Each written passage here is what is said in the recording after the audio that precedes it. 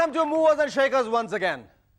दोस्तों, आप लोगों ने नोटिस किया कि हर साल बजट अनाउंस होने के बाद लोगों के हेलो कहने का तरीका बदल जाता है, बिल्कुल स्टाइल चेंज हो जाता है। मसलन मार्च 1 के बाद जब भी मैं मार्केट जाता हूं तो दुकानदार ग्रीट करते हैं, हेलो शिखर साहब, और मैं कहता हूं हेलो भैया, जरा 175 ग्राम चीनी देना प्लीज, सोच रहा हूं पूरे महीने के लिए स्टोर करके रख लूं। यशवंत सिन्हा साहब तो बजट अनाउंस करते हुए बोले, हम लाए हैं तूफान से कश्ती निकाल के।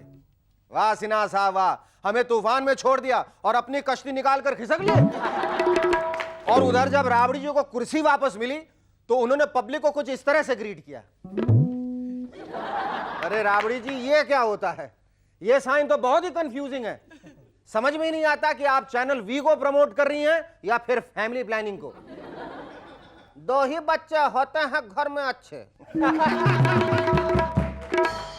अमेरिकन गवर्नमेंट ने अनाउंस किया है कि जून के महीने में पाकिस्तान के वजीर आजम जनाब नवाज शरीफ साहब हिंदुस्तान पधारेंगे। इस बारे में ना हिंदुस्तान को कुछ पता है ना पाकिस्तान को, लेकिन अमेरिका को सब मालूम है। यह दूसरी बात है कि यह जानने में उन्हें 1 साल लग जाता है कि बिल के मोनिका के साथ रिलेशंस थे या मोनिका के बिल के साथ, लेकिन हमारे बारे में उन्हें सब कुछ एडवांस में मालूम होता है। उन्हें तो यह भी मालूम होगा कि जुलाई 18 को मूवर्स एंड शेकर्स में कौन कौन से जोक सुनाए जाएंगे, जबकि उन्हें यह नहीं मालूम कि जुलाई 18 को संडे है और उस दिन मूवर्स एंड शेकर्स को पंकज उदास साहब होस्ट करते हैं, आधा वर्षे के नाम से। Anyway, आप लोगों को और ज्यादा कंफ्यूज करने से पहले मैं आज के गेस्ट अनाउंस कर दूंगा। Guest director Sharad Saxena and actress Anjana Mumtaz. But before that, give a big round of applause for Sharuki and the Rubber Band.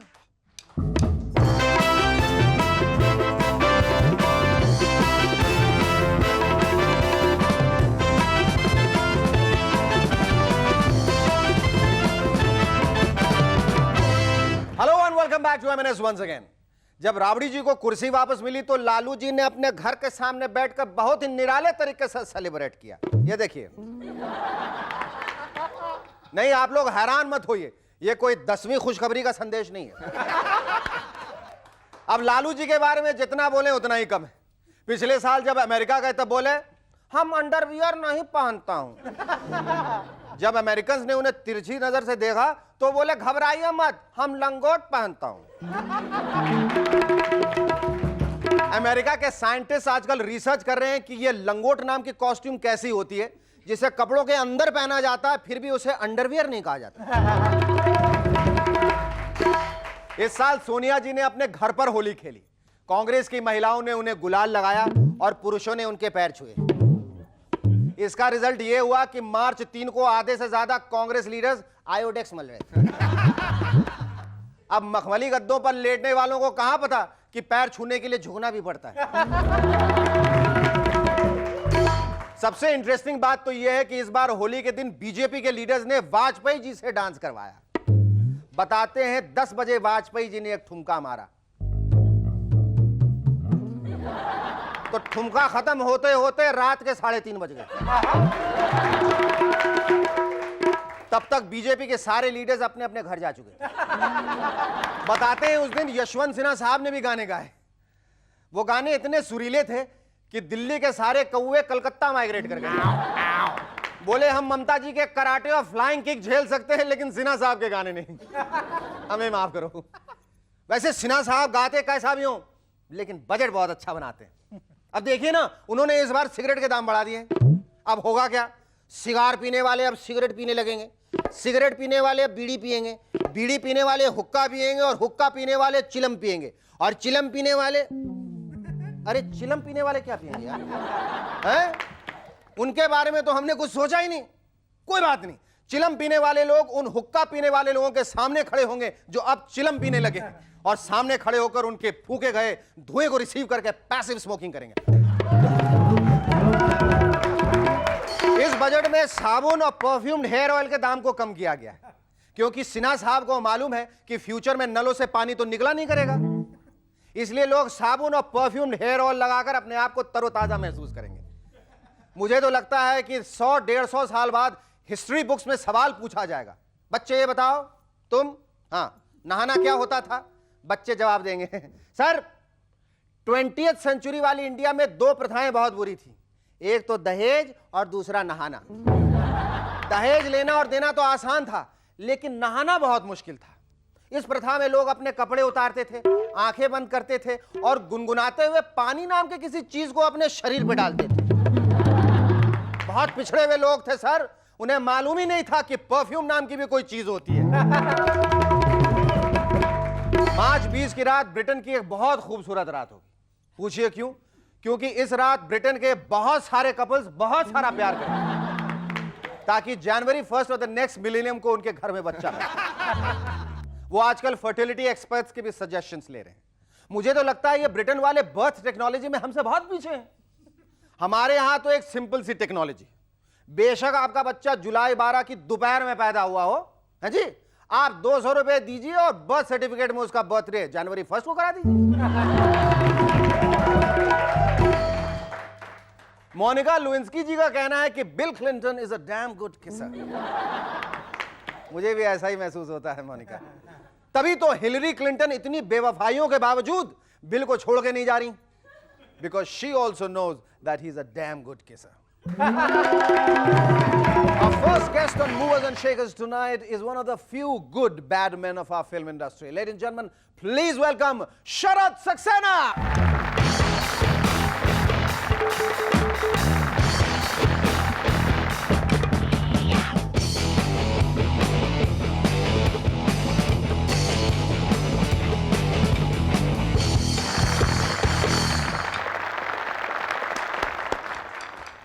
Sharad Babu, thank you so much for coming here on our show. Pranam. I hope you like the show. I hope you've been watching.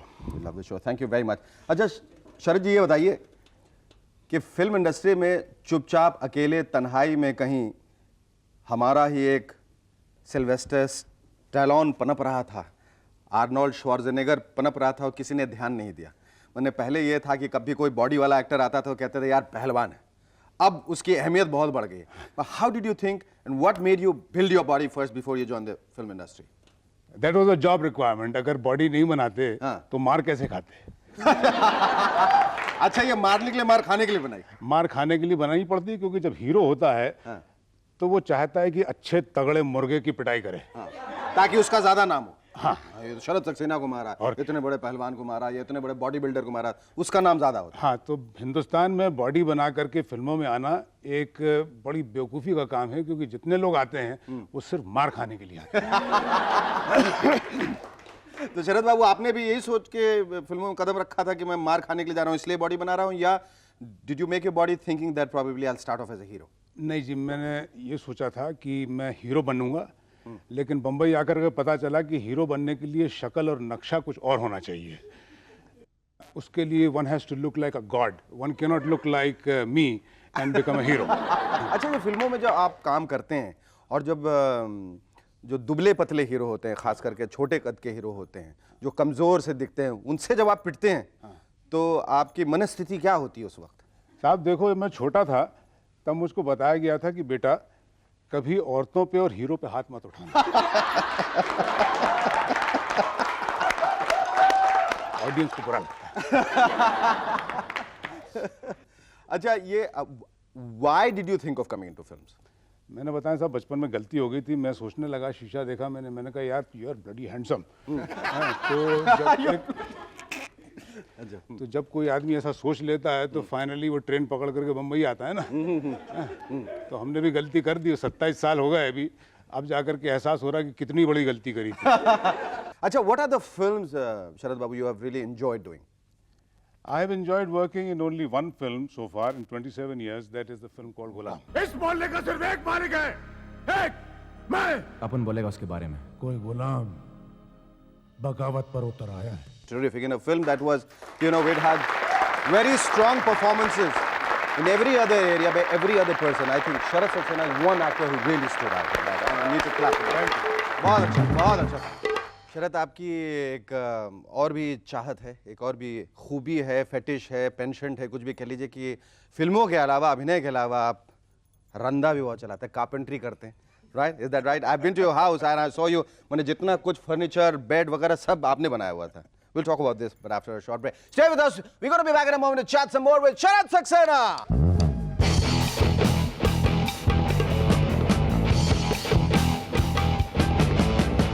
Hello and welcome back to M&S once again. शरद बाबू जरा इसको ध्यान से देखिए, ये सब ठीक ठाक से बना हुआ है, सब फर्स्ट क्लास है।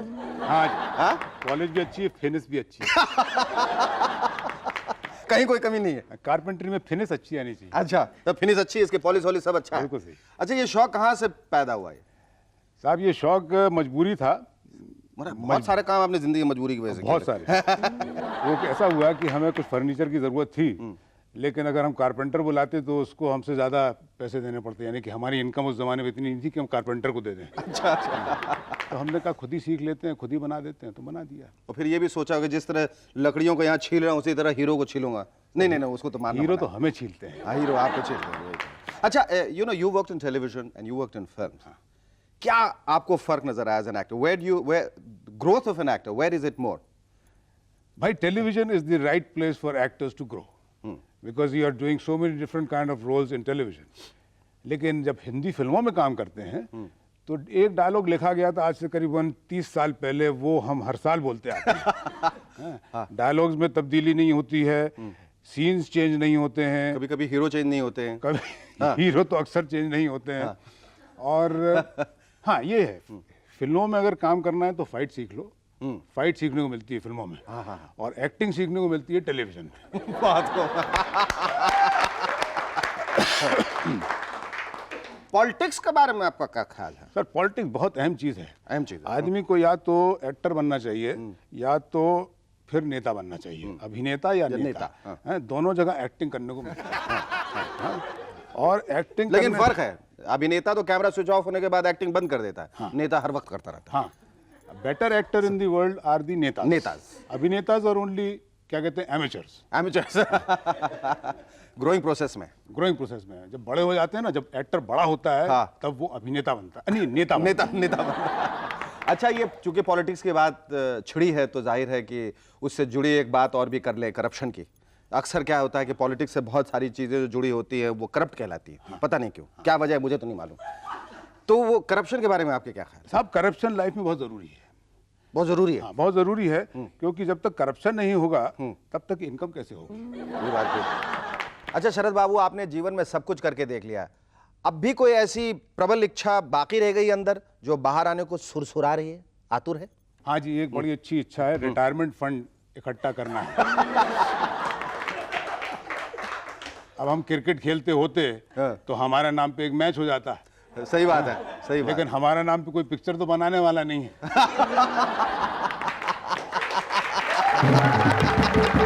Thank you, Sharad Babu. It was lovely talking to you. Our second guest on M&S tonight is an actress who created waves with her performance in the immensely popular series Bunyad and has since become one of the favorite screen mothers. Ladies and gentlemen, please welcome Anjana Mumtaz.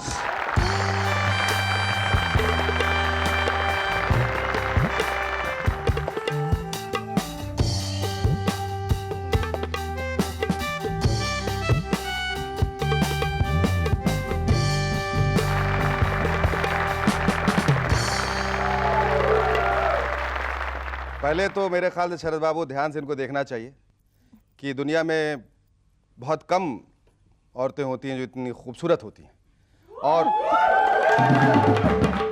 और मुझे ये जानना बहुत ज़रूरी हो गया कि क्या ये वही अंजना जी हैं जो फिल्मों में बड़े बड़े हीरोओं की माँ बनती हैं? जी हाँ, मैं और अगर वही हूँ। बनती हैं तो आपको कोई हक नहीं, क्यों बनती हैं आप? क्या करूँ, पापी पेट का सवाल है। नहीं, ये पेट तो आपका इतना अच्छा है, मतलब बिल्कुल चिपका, आपको तो हीरोइन बनना चाहिए। इसलिए तो चिपक गया। आप how did you start your career? कैसे? बहुत लंबी स्टोरी है, मगर अभी मतलब आपके छोटा पास- करके सुनाइए, संक्षिप्त छोटा में। में शुरू में मुझे डांस का बहुत शौक था। मैं एक्ट्रेस बनने नहीं आई थी। अच्छा। मैं आई थी यहाँ पे डांसर बनने। अच्छा। और मैंने गोपी किशन जी के यहाँ से पूरा ट्रेनिंग डांस की, कथक की ली। और मैंने सोचा कि मैं स्टेज शो करूंगी, सिर्फ स्टेज शो। अच्छा। और वो कुछ भी नहीं हुआ। और आज तक किसी भी फिल्म में मैंने डांस नहीं किया। किस ये अपने आप में कितनी बड़ी विडंबना है कि जिसने ये किसने सोचा कि मैं मुझसे डांस जिंदगी नहीं भर करवाया। स्टेज पे नाचूंगी, उसे एक मौका नहीं दिया गया फिल्मों में। एक फिल्मों में भी मैंने डांस नहीं तो आपने कभी किसी के घेरेवा पकड़ने की कोशिश नहीं, किसी प्रोड्यूसर को एकदम पकड़ लिया हो कि दे दो वरना मुंडी मरोड़ दूंगी तुम्हारी? प्रोड्यूसर ने मुझे माँ बना दिया ना, मैं क्या प्रोड्यूसर ने आपको मां बना दिया? किसने, बताइए नाम उसका। बुनियाद से आपको बहुत शोहरत मिली, बुनियाद से मुझे बुनियाद से ज्यादा- आपको बुनियाद वो से मैं पहचान, एक वापस आ नई गई, पहचान हो गई, नई पहचान हो गई। उसके पहले मैंने काफी हिंदी फिल्मों में काम किया, मैं as a leading lady. As a leading lady. बहुत अच्छा, से ये इस संबंध, बात से हम महुआ। अवगत नहीं थे, आप बताइए मैंने संबंध में, पहली मेरी फिल्म संबंध थी जिसमें देव मुखर्जी थे। देव मुखर्जी थे। उसके बाद महुआ थी, दो फूल थी, अभी जो आंखें वापस रीमेक हुई ना, दो उसकी फूल में आंखें। तो विश्वजीत और माला नहीं, दो फूल महमूद और विनोद मेहरा थे। हाँ हाँ, और जो नीतू जिसमें सिंह की गाना छोटी। मुन्नी मुत्तुकुड़ी कव्वाड़ी हड़ा मुत्तु गाना कव्वाड़ी। थे, अच्छा गाना था अच्छा। ना, वो थी। उसके बाद मैंने काफी हिंदी में, फिर मराठी दादा कोंडके की फिल्मों में मैंने काफी काम किया, 2-4 फिल्मों उनके साथ फिल्मों में काम उनके करके साथ कैसा लगा? काफी- क्योंकि बहुत उनकी अच्छा फिल्में लगा। ज्यादा कंट्रोवर्शियल बहुत होती थी। वो डबल ऑनतंत्र वाले जो डायलॉग होते थे, वो उनकी आपको कभी फिल्मों में मिले मैंने- कुछ ऐसे बोलने वाले? बहुत सारे मिले, ऐसे कैसे? ऐसे मिले कि मैं, उन्होंने मतलब ऑन द स्पॉट मुझे कहा कि अब ये कहो, तो मैंने कहा नहीं, ये तो मैं कहूंगी नहीं, बहुत खराब लगेगा, मैं कैसे ये बोल सकती हूँ। हाँ। जैसे अंगूठी डाल रहे हैं, हमारे हाथ में एंगेजमेंट अंगूठी डाल रहे हैं, मुझे करे उई करो, मैंने कहा उई तो मैं कर नहीं सकती।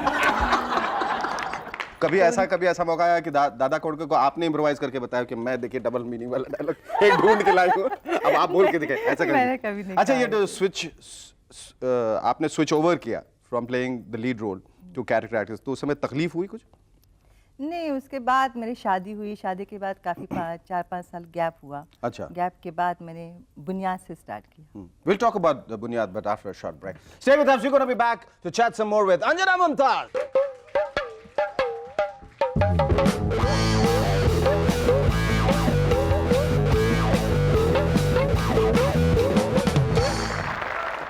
Hello and welcome back to M&S once again. Anjana जी, ये बताइए कि फिर how did Bunyad happen to you? कुछ साल के बाद, जब गैप होने के बाद मैंने सोचा कि मुझे कुछ करना चाहिए, काम करना चाहिए। बच्चा भी बड़ा हो गया है, उसको मेरी ज़रूरत नहीं है। मेरे हस्बैंड भी इज अ फ्लाइट पर्सन, उनको भी मेरी जरूरत नहीं है। उनको मेरी ज़रूरत है। वो तो उड़ते रहते हैं। वो तो रहते नहीं है। हाँ, अब मैं क्या करूँ? चलो, मेरा काम तो यही है, एक ही जो मैं जानती हूँ। अच्छा। चलो इसी से शुरू कर देते हैं। तो रमेश सिप्पी उन्होंने बुनियाद शुरू की थी, तो कहा चलो वहाँ जाके अपने फोटोग्राफ्स भेज देती हूँ। अच्छा। भेज दिया, उन्होंने मुझे ऑफिस में बुलाया, फिर चले गए। उन्होंने सिलेक्ट किया जो सुभद्रा के रोल के लिए, और बस वहाँ से फिर सिलसिला शुरू हो गया टीवी का, फिल्मों का। फिल्मों में मैंने उस वक्त, टीवी में मैंने काम कम किया उस वक्त, फिल्मों में मैंने काफी काम किया, क्योंकि सबकी ही माँ बनती रही आज मैं। किन किन हीरोज की आप माँ बन चुकी, ये जानना मेरे लिए बहुत जरूरी है। मैंने आपको एक फिल्म में देखा, धर्म जी की माँ बनी थी आज। हाँ, धर्म जी की माँ बनी है ना? जी हाँ। कैसा लगता था जब धर्म जी को गोद में लेती तो कहते बेटा सो जा, बेटा माँ की गोद में सो जा। हाँ? मैं तो अपना काम कर रही थी, मगर उन्हें पता नहीं कैसे लग रहा था। वो सोच रहे होंगे भगवान ऐसी माँ सबको दे। पर किन किन हीरोज की माँ बनी? उनके चेहरे से ऐसा लगता था मुझे। लगता था ना? तो ये बताइए किन किन हीरोज की माँ आप नहीं बनी है? आपकी नहीं बनी? हाँ, मेरी नहीं बनी। मेरे नहीं बन सकती, मैं बहुत बड़ा हूँ, धर्म जी तो छोटे बेचारे। अच्छा, ये वाकई मतलब जिन हीरोज की माँ बनी उनमें सबसे ज्यादा मजा आपको किन की माँ बन के आया आपको? अब कैसे ये बोलूं? फिर मैं यही कहूंगी, डायलॉग्स की माँ के लिए 5 उंगलियां एक जैसी अरे होती हैं। बाप रे, आप तो सचमुच की माँ बन गई हैं। आपको डर लग रहा है बाकी बेटे मेरे बिछड़ जाएंगे। अच्छा, माँ बन के जो आपने सीखा है अपने फिल्मी करियर में, स्क्रीन पे, वो सारे डायलॉग्स जो आपने कभी अपने बच्चों के लिए इस्तेमाल किए? हाँ, किए। हाँ? समानताएं हैं किए कुछ? नहीं है, ऐसे हाँ? हो जाता था। वो निकल मगर जाता है मुंह से? मेरा बेटा फिर बोलता है, अच्छा मम्मी वो डायलॉग्स आप वो फिल्म का मुझे बता रही है।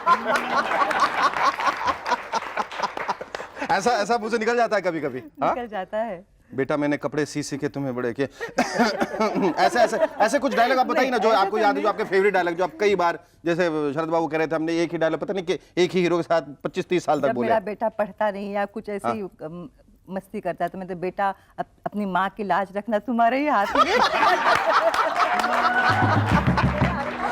तो मेरे अरमान है कि मेरा बेटा इस देश का कोई बहुत बड़ा नागरिक हो जाए, नागरिक हो जाए। वो हो जाए। Thank you, Ma. It was lovely talking to you.